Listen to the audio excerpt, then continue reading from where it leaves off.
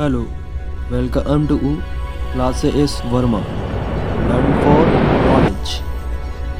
Hello बच्चों, आज हम 12th मैथ्स का मॉडल पेपर 2025 सॉल्व करने जा रहे हैं, जिसमें सबसे पहले आपको कुछ निर्देश दिए गए हैं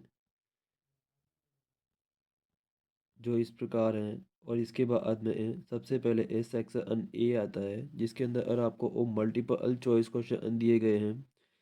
जिसमें सबसे पहला दिया गया है कि मान लीजिए कि समुच्चय एन में एक संबंध आर इस प्रकार से परिभाषित है कि इसमें ए बराबर बी माइनस टू और बी ग्रेटर देन सिक्स द्वारा अप्रदत्त संबंध है। निम्नलिखित में से सही उत्तर चुनना है। तो देखिए जैसा कि इसने कहा है कि यहाँ पे ए बी बड़ा है 6 से तो यहाँ पे बी का मान 6 से बड़ा होना चाहिए, जो कि फर्स्ट वाले ऑप्शन में यहाँ पे बी का मान 4 जो कि छोटा है।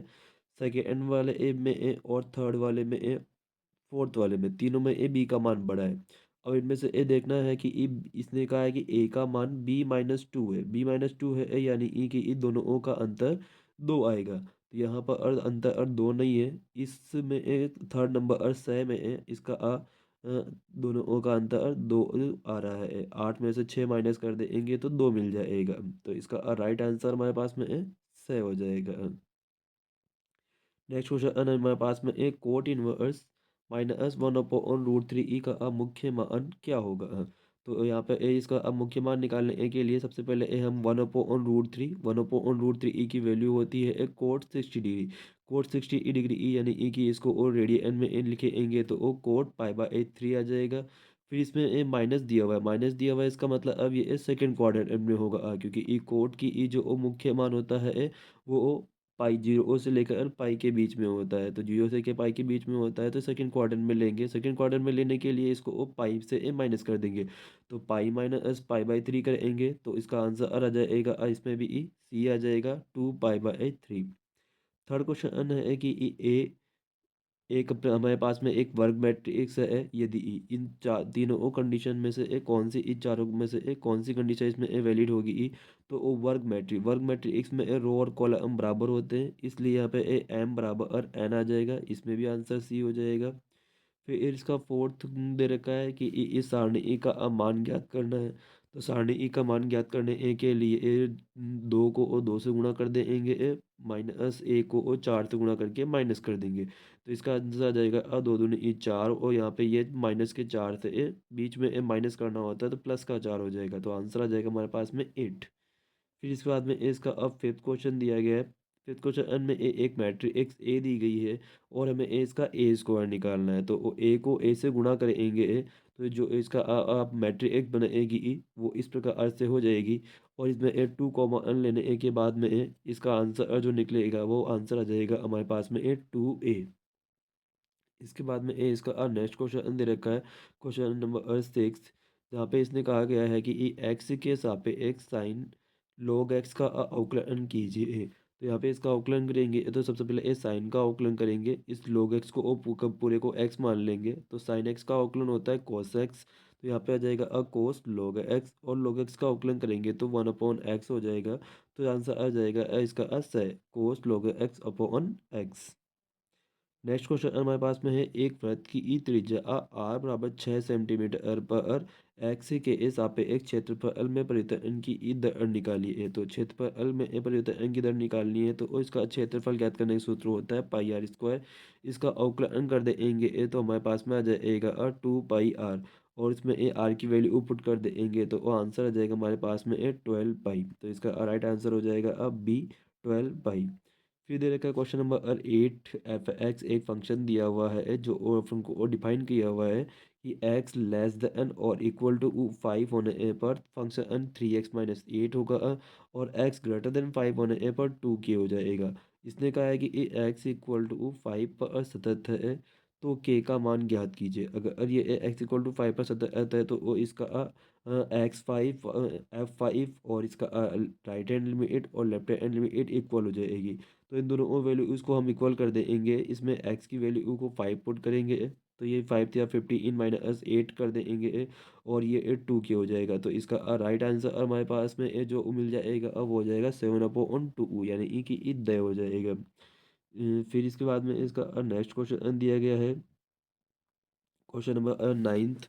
इंटीग्रेशन करना है 1 - sin x/cos² x dx का इंटीग्रेशन बताना है कि क्या होगा।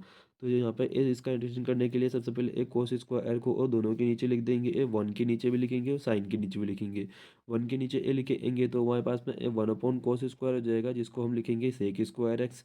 और साइन के नीचे जब लिखेंगे तो वो 2 कोस आएंगे, तो वो एक से वो 10 बन जाएगा, दूसरे से सेक बन जाएगा। तो इंटीग्रेशन करने पर इसका आंसर आ जाएगा 10x minus sec x plus C E, यानी कि इसका राइट आंसर बी हो जाएगा। फिर ये क्वेश्चन नंबर 10 आता है। वक्र y² बराबर 4x, वाई अक्ष एवं रेखा y बराबर 3 से एक घिरे एक क्षेत्र का क्षेत्रफल है। तो यहाँ पे एक y² बराबर 4x, ये एक वक्र दिया हुआ है जो कि परवलय का होता है। और y अक्ष एवं y द्वारा घिरे एक क्षेत्र का क्षेत्रफल निकालना है। तो इसका हम जब क्षेत्रफल निकालेंगे इस सूत्र की सहायता से, तो इसका आंसर आ जाएगा 9/4, यानी कि बी आंसर आ जाएगा। क्वेश्चन नंबर अगला दिया हुआ है 11 क्वेश्चन की अवकल समीकरण y डे एस बराबर y² अपॉन 1 - x का हल क्या होगा। तो इस समीकरण को जो हल किया जाएगा तो हल करने पर आपको इसका आंसर ए आ जाएगा, X Y minus log Y plus C E हो जाएगा। नेक्स्ट क्वेश्चन दिया हुआ है कि ए माइनस बी, हमारे पास में सदिश दे रखे हैं ए और सदिश बी को माइनस किया गया है एक बार, और यहाँ पे प्लस किया गया है और बीच में एक क्रॉस लगा हुआ है जो कि क्रॉस मल्टीप्लाई है। जब इसको आप सॉल्व करेंगे तो क्रॉस मल्टीप्लाई करेंगे तो ए को ए से मल्टीप्लाई करेंगे, ए को बी से भी करेंगे, फिर माइनस बी को ए से भी करेंगे और माइनस बी को बी से भी करेंगे। तो यहाँ पे इसको सॉल्व करने पर जो इसका आंसर आ जाएगा हमारे पास में वो आ जाएगा 2 a क्रॉस बी, यानी कि इसका आंसर सी हो जाएगा। नेक्स्ट क्वेश्चन जो हमारे पास में है वो आता है कि i cap dot j cross k cap. तो j क्रॉस k को जब हम सॉल्व करते हैं तो क्रॉस के टाइम पे और यहाँ पे आई आ जाएगा, और यहाँ पे तो इसमें हमको मिल जाएगा आई। इस वाले दूसरे ब्रैकेट में आई क्रॉस k है इसमें हमें मिल जाएगा यहाँ पे माइनस का जे मिल जाएगा। और इस वाले में आई क्रॉस जे है जो कि सीधा हो रहा है, तो ये आई क्रॉस जे से एक के मिल जाएगा। सॉल्व करने पर इसका आंसर हमें एक प्राप्त हो जाएगा, जो कि ये आंसर हो जाएगा 80। फिर अगला नेक्स्ट क्वेश्चन दिया हुआ है हमारे पास में एक सदिश ए है और एक सदिश बी है, दोनों ओ के एक में ए क्रॉस बी निकालना है। ए क्रॉस बी निकालने के बाद में इसका अब मॉड निकालना है। तो ए क्रॉस बी निकालेंगे तो ए क्रॉस बी का जो वैल्यू आएगी वो -19 i प्लस 19 k प्राप्त हो जाएगा, -19 j प्लस के प्राप्त हो जाएगा। और फिर इसके बाद में हम इसका अब मॉड करेंगे तो वो हमारा आंसर आ जाएगा 19√2, यानी कि 19√2 आंसर सी प्राप्त हो जाएगा। नेक्स्ट क्वेश्चन आता है इसमें हमें एक बिंदु पी दिया गया है एक्स वाई जेड, और इसकी एक्स अक्ष से लंबवत दूरी ज्ञात करनी है, जेड अक्ष से लंबवत दूरी ज्ञात करनी है। तो जेड अक्ष से जो लंबवत दूरी होगी वो आ जाएगी हमारे पास में √x² प्लस y², यानी कि आंसर बी इसका राइट आंसर हो जाएगा। नेक्स्ट क्वेश्चन हमारे पास में है यदि पी ए बराबर 7/13 पी बी बराबर 9/13 और इन दोनों का इंटरसेक्शन की वैल्यू 4/13 है, तो हमें पूछा गया पी ए अपॉन बी का मान। तो पी ए अपॉन बी यानी कि ये कंडीशन वाला क्वेश्चन हो गया है। कंडीशन वाला क्वेश्चन में हमें फॉर्मूला आता P A upon B equal to P A intersection B upon P B आ जाएगा।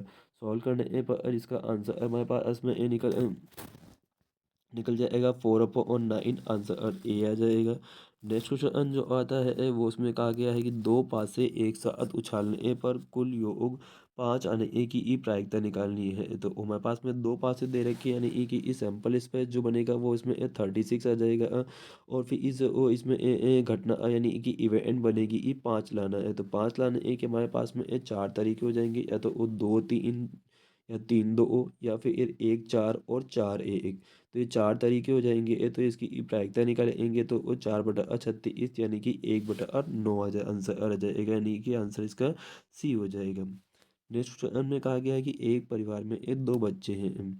अब 2 बच्चे हैं तो वो गर्ल या बॉय कोई भी हो सकता है, या तो दोनों गर्ल हो सकती है, दोनों बॉयज़ हो सकता है। तो इस तरह के हमारे पास में सैंपल इसमें इसमें 4 एलिमेंट आ जाएँगे, और इसको इसने कहा गया है कि यदि ये ज्ञात है कि ये बच्चों में कम से कम एक बच्चा लड़का है, यानी कि इसमें भी हमारे पास में कंडीशन वाला क्वेश्चन बन जाता है कि कंडीशन दे रखी है कि कम से कम एक बच्चा वाला हमें ज्ञात है, हमें 2 बच्चे दोनों बच्चे लड़के हैं, इसकी प्रायिकता निकालनी है। तो इसको सॉल्व करने पर इसका आंसर 1/3 प्राप्त हो जाता है।